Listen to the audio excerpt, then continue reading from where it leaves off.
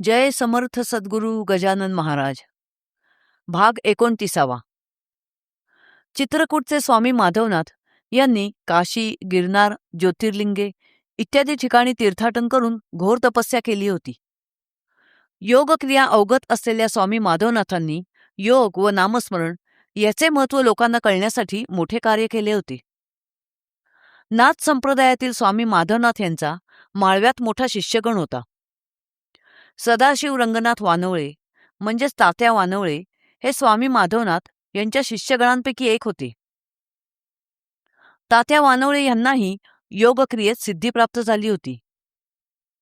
एक दिवस वानवळे स्वामी माधवनाथांच्या एका शिष्याबरोबर गजानन स्वामींच्या दर्शनाला आले. ते आले तेव्हा गजानन स्वामी भोजनाला बसले होते. वानवळेंना पाहून त्यांना स्वामी माधवनाथांची आठवण झाली. संत संता जाणती. तात्या वानवळे येता क्षणी गजानन स्वामी आपल्या शिष्यांना म्हणाले, अरे, नाथांच्या शिष्यांना माझ्यापुढे आणून बसवा. त्यांचे गुरु माधवनाथ आत्ताच इथे माझ्याबरोबर जेवून गेले आणि हे दोघे आले. थोडा वेळ आधी आले असते तर त्यांची त्यांच्या गुरुशी भेट झाली असती. त्यांचे गुरु माझ्याबरोबर जेवले पण विडा न घेताच निघून गेले. त्याची आता पूर्तता करूया. मग गजानन स्वामींनी आपल्या बंधूची मुले म्हणून त्या दोघांना प्रेमाने आलिंगन दिले. त्यांचा रीतीप्रमाणे सत्कार केला. त्यानंतर वानवळे परत जायला निघाले. तेव्हा गजानन स्वामी त्यांना म्हणाले, तुम्ही असेच सरळ तुमचे गुरु माधवनाथ यांना भेटायला जा. त्यांचा इथे राहिलेला विडा त्यांना नेऊन द्या आणि त्यांना माझा निरोप सांगा. मी सांगतो तसेच सांगा, पदरचे काही घालू नका. त्यांना सांगा, साथे भोजन हुआ, बिडा तुम्हारा याही रहा, तो आम्ही आणला पहा, नाथा तुम्हाला द्यावयासी. मग शेगावहून तात्या वानवळे आपले गुरु माधवनाथ यांच्याकडे गेले. वानवळ्यांनी माधवनाथांना गजानन स्वामींनी दिलेली 2 विड्याची पाने आणि त्यांचा निरोप दिला आणि विचारले की, गुरुराया, आपण त्या दिवशी शेगावला श्री गजानन महाराजांच्या भेटीसाठी गेला होतात का? तेव्हा माधवनाथ उत्तरले, जसे गजाननाने सांगितले तसेच घडले. पण त्या दिवशी मी शेगावमध्ये शरीराने उपस्थित नव्हतो, तर भोजन समयी गजाननाने माझे स्मरण केले आणि आम्हा दोघांची स्मरण भेट झाली. आम्ही दोघे शरीराने जरी दूर असलो तरी अशा स्मरण भेटीने नेहमीच एकमेकांना भेटतो. त्याचे आणि माझे शरीर भिन्न असले तरी प्राण एकच आहे. योगाभ्यासातील हे सखोल ज्ञान कळायला तुला अजून वेळ आहे. संत भेट कशी होते ते संत ज्ञानेश्वर यांनी चांगदेव 65 सांगितले आहे.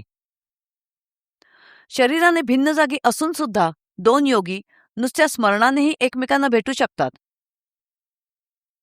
महिपतींनी भक्तिविजय ग्रंथात लिहून ठेवले आहे की एकदा देहूमध्ये असलेल्या संत तुकाराम यांच्या कीर्तनाच्या मंडपात आग लागली. तेव्हा श्रीगोंद्याच्या शेख महम्मद यांनी ती श्रीगोंद्यात बसूनच विझवली. खरा योगी असल्याविना हे साध्य होत नाही. कोल्हापूरमधील करवीर या गावी श्रीधर काळे नावाचा एक तरुण राहत होता. इंग्रजी शाळेत शिकून श्रीधर मॅट्रिक पास झाला आणि कॉलेजमध्ये गेला. पण इंटर नापास झाला म्हणून वर्तमानपत्रे वाचत वेळ घालवू लागला. एकदा त्याने केसरी या वर्तमानपत्रात ओयामा टोगो यांचे चरित्र वाचले. ह्या 2 जपानी इंजिनियर्सनी परदेशात जाऊन यंत्रविद्येत ज्ञान संपादन केले आणि आपल्या मायदेशात जपानमध्ये परत येऊन भरभराट केली. तेव्हा श्रीधरला वाटले की आपण सुद्धा परदेशात यंत्रविद्या शिकून यावे आणि आपल्या मायभूमीला उद्धरावे. पण घरची अत्यंत गरिबी असल्यामुळे पैशाची सोय होईना. श्रीधरचा एक मित्र भंडाऱ्यातील मनरो हायस्कूलमध्ये शिक्षक होता. श्रीधर आपल्या मित्राला भेटायला भंडाऱ्याला गेला. त्याने आपल्या मित्राला परदेशी यंत्रविद्या शिकण्याचा आपला बेत कळवला. त्यालाही तो पसंत पडला, पण पैशाचा प्रश्न होताच. काय करावे ते कळेना. मग दोघा मित्रांनी ठरवले की इकडे उन्हाळा फार असतो, तेव्हा आपण आपल्या जन्मगावी कोल्हापूरला परत जाऊ. मग पुढचे काय ते ठरवू. ते दोघे कोल्हापूरच्या गाडीत बसले. वाटेत त्यांनी गजानन महाराजांची कीर्ती ऐकली आणि त्यांना पाहण्याच्या उत्सुकतेने ते शेगावात उतरले. सामान पोस्टमास्टरकडे ठेवून ते दोघे मठात आले. त्यांनी गजानन स्वामींना दंडवत घातले आणि त्यांच्यापुढे हात जोडून बसले. श्रीधरच्या मनातले विचार अंतर्ज्ञानाने ओळखून गजानन स्वामी त्याला म्हणाले, "अरे वेड्या, उगीचच परदेशी जाण्याचा विचार करू नकोस. हिंदुस्थान सोडून जाण्याची काहीही गरज नाही. सगळे काही इथेच आहे. योगशास्त्र हे भौतिकशास्त्राहून समर्थ आहे. अध्यात्मविचार श्रेष्ठ आहे. त्याला आपलेसे कर म्हणजे तू कृतार्थ होशील. योगशास्त्र येते ज्याला तो न मानी भौतिकाला." गजानन स्वामींचे बोलणे ऐकून श्रीधरला कोल्हापुरातील सिद्धपुरुष कृष्ण सरस्वती स्वामी म्हणजेच कुंभार गल्लीतले स्वामी यांचे बोलणे आठवले. त्यांचे बोलणेही अशाच प्रकारचे होते.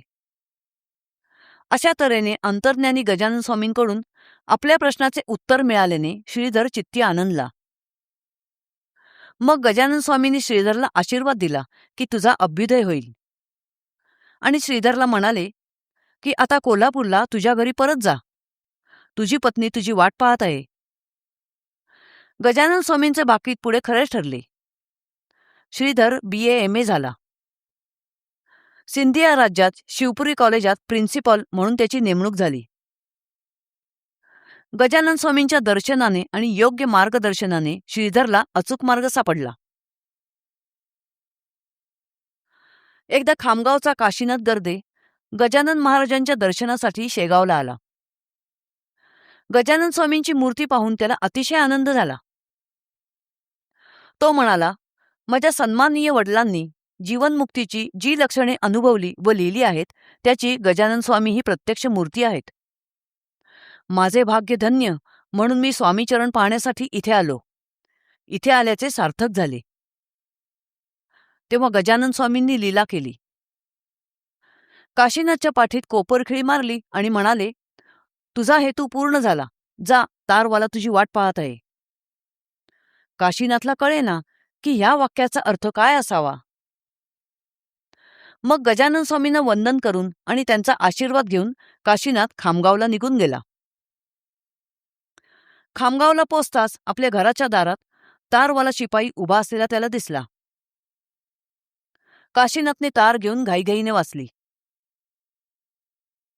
तारेत मजकूर होता, मोशी तालुक्यात मुन्सफीच्या हुद्द्यावर तुमची नेमणूक झाली आहे. तार वाचून काशीनाथला अतिशय आनंद झाला. त्याला अंतर्ज्ञानी गजानन स्वामींच्या कोपरखिळीचा अर्थ कळला. त्यानंतर जेव्हा जेव्हा गजानन स्वामी खामगावला येत तेव्हा प्रत्येक वेळी धार्मिक वृत्तीचा काशीनाथ त्यांचे दर्शन घेत असे. तसेच अधूनमधून तो गजानन स्वामींच्या दर्शनासाठी शेगावलाही जात असे. गजानन स्वामींना तो गुरुस्थानी मानत असे. एक दिवस काशीनाथ आणि त्याचे वडील शेगावला दर्शनाला आले असता गजानन स्वामींनी काशीनाथचे कपडे मागून घेतले आणि आपल्या अंगाला नखशिकांत चोळून त्याला परत दिले. गजानन स्वामींनी असे का केले ते काशीनाथ व त्याच्या वडिलांना कळेना. पण त्या दोघांना खात्री होती की असे करण्यामागे गजानन स्वामींचा काहीतरी हेतू असणार. त्या दिवसानंतर गजानन कृपेने काशीनाथला नोकरीत बढती मिळत गेली आणि नाशिकमध्ये न्यायाधीशपदी त्याची नेमणूक झाली.